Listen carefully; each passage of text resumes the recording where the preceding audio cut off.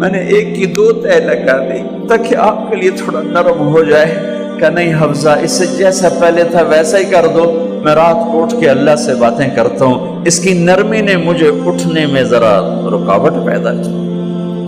یہ باتیں میں ٹھیک کہہ رہا ہوں؟ کہ جی ہاں ٹھیک ہے. کہ تو اب تم مجھے کہنے آئی ہو کہ میں راستہ بدل لوں. حفظہ، جنہوں نے تمہیں بھیجا ہے، عائشہ جنہوں نے تمہیں بھیجا ہے، انہیں بتاؤ 3 دوست تھے، 3 مسافر تھے، ایک ان کی ڈگر تھی، اس پر ایک چلا اور چلتے چلتے چلتے اپنی منزل پہ پہنچا اللہ کے محبوب. پھر دوسرا چلا اور اسی ڈگر پہ چلا اور چلتے چلتے اپنی منزل پر پہنچا ابو بکر صدیق. اب تیسرا چل رہا ہے، اگر انہی کی راہ پہ چلے گا تو ان تک پہنچے گا، ادھر ادھر ہو گیا بھول بھٹک جائے گا.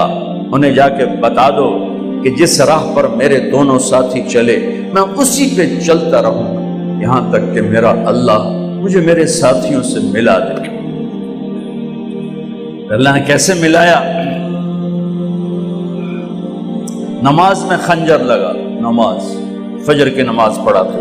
اب ایک دم گرے، وہ چھپا ہوا تھا ابو لولو مجوسی، اس نے 7 وار کیے خنجر کے پیڑ، تو اب گرے. تو پہلی صف والوں کو تو پتہ تھا، پیچھے نہیں. تو عبد الرحمن بن عوف لپک کے آگے مصلی پہ کھڑے ہو کے نماز شروع کر دی، اور چند آدمی اس کو پکڑنے کے لیے بھاگے. پھر اس نے آگے جا کے اپنے آپ کو خنجر مار کے اس نے خودکشی کر لی. اٹھا کر مکان پر لے گئے، دودھ پلایا گیا تو وہ آنتوں سے باہر نکل گیا. کہنے لگے موت کا پیغام آ گیا ہے. تو اپنے بیٹے کو بلایا کہ بیٹا جا کر اماں جان عائشہ سے کہو کہ عمر امیر المومنین نہ کہنا، اب میں امیر المومنین نہیں ہوں، کہنا کہ عمر بن خطاب اپنے دونوں ساتھیوں کے ساتھ قبر کی جگہ چاہتا. اگر مجھے اجازت مل جائے تو مجھے وہاں دفن کرنا، اگر اجازت نہ ملے تو مجھے عام قبرستان میں دفن کر دیں. عبداللہ بن عمر تشریف لے گئے تو اماں عائشہ بیٹھی رو رہی تھی. کہ اماں جان میرا باپ عمر بن خطاب اجازت چاہتا ہے قبر کی اپنے دونوں ساتھیوں کے ساتھ. تو حضرت عائشہ رضی اللہ تعالیٰ عنہا رونے لگی، پہلے بھی رو رہی تھی. کہا عبداللہ یہ جگہ تو میں نے اپنے لیے رکھی ہوئی تھی کہ میں اپنے خامند اور باپ کے ساتھ میں بھی ایک کونے میں سو جاؤں گی، لیکن اگر عمر کی خواہش ہے تو اس جگہ کا عمر مجھ سے زیادہ حقدار.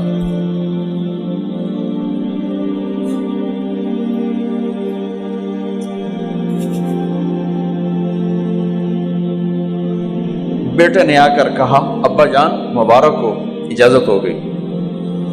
کہا بیٹا ہو گئی، لیکن جب میری میت اٹھاؤ تو دروازے پر جا کر رکھنا اور ایک دفعہ دوبارہ پوچھنا. ہو سکتا ہے میرے شرم میں اجازت دی ہو اور میرے مرنے کے بعد انکار فرما دیں، تو ایک دفعہ دوبارہ پوچھنا، اس وقت پہ اجازت ملے تو پھر لے جانا ورنہ واپس لے جانا. حضرت علی اور حضرت حسن تشریف لائے جس دن انتقال ہو رہا ہے. تو گھبراہٹ دیکھی.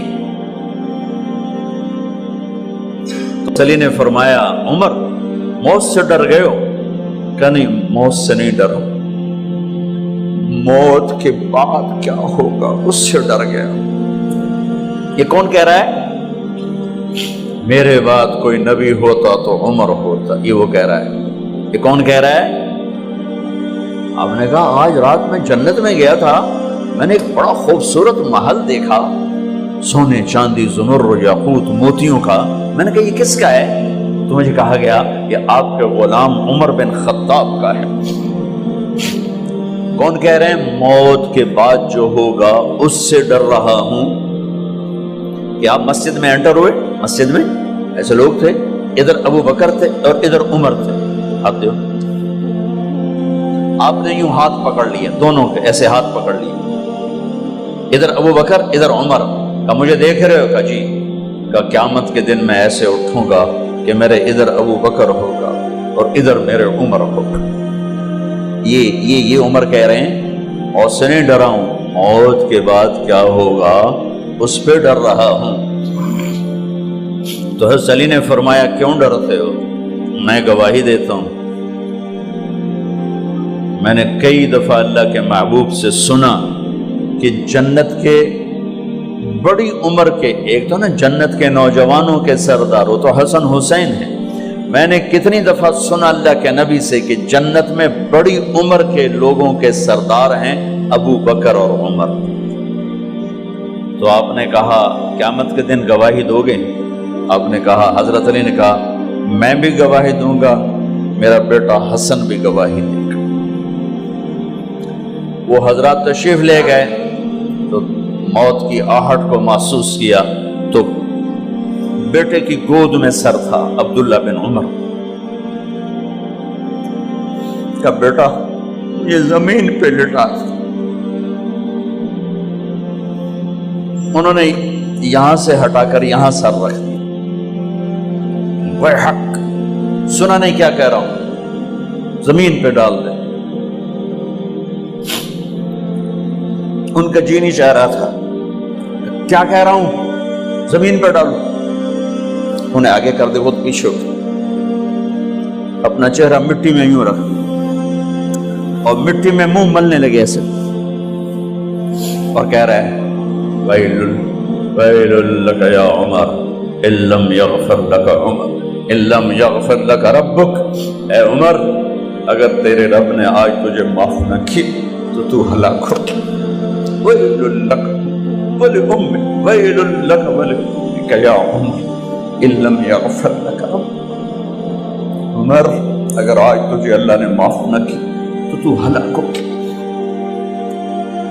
اتنے بڑے مقام والے 1,24,000 میں ایک آدمی ہے مراد، جسے مانگا گیا ایک آدمی، یا اللہ عمر دے دے میرے اسلام کی بلندی کے لیے۔ وہ کہہ رہے ہیں ویل لک یا عمر ان لم یغفر لک رب،